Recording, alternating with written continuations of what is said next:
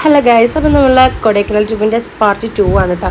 നമ്മൾ room vacate ചെയ്തിട്ട് പോയിട്ടുണ്ടായിരുന്നത് ഫുഡ് കഴിക്കാനായിരുന്നു.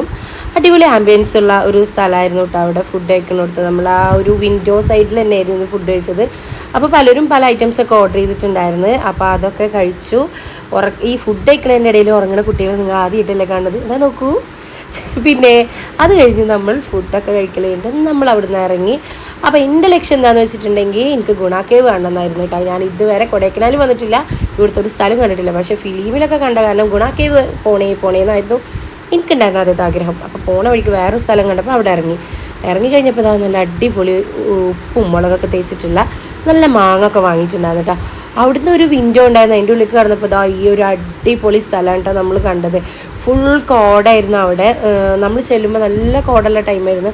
നല്ല തണവും നല്ലൊരു സ്ഥലം കേട്ടോ. കുറേ ഫോട്ടോസും വീഡിയോസൊക്കെ എടുക്കാൻ പറ്റിയിട്ടുള്ള അടിപൊളി സ്ഥലമായിരുന്നു. അപ്പോൾ നമ്മളവിടുന്ന് കുറച്ച് റീൽസ് എടുത്ത് ഫോട്ടോസ് എടുത്ത് പിന്നെ കുറേ വീഡിയോസും കാര്യങ്ങളൊക്കെ എടുത്തിട്ടുണ്ടായിരുന്നു കേട്ടോ.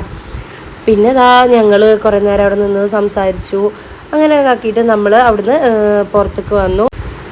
പുറത്ത് വന്നപ്പോൾ ഐഷുവിന് നമ്മൾ ഈ ചെവിയിൽ കാറ്റൊക്കെ അടിക്കില്ലേ, അപ്പോൾ അതിന് വെക്കുന്ന സാധനമില്ലേ, അത് വാങ്ങിയിട്ടുണ്ടായിരുന്നു കേട്ടോ.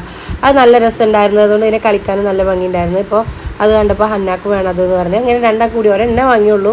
വണ്ടിയിൽ വേറൊരെണ്ണം ഇരിക്കുന്നുണ്ടായിരുന്നു അസ്നാന. അപ്പോൾ എൻ്റെ മൈൻഡിൽ നമ്മൾ ഗുണ കേവ് വരുന്നു കേട്ടോ.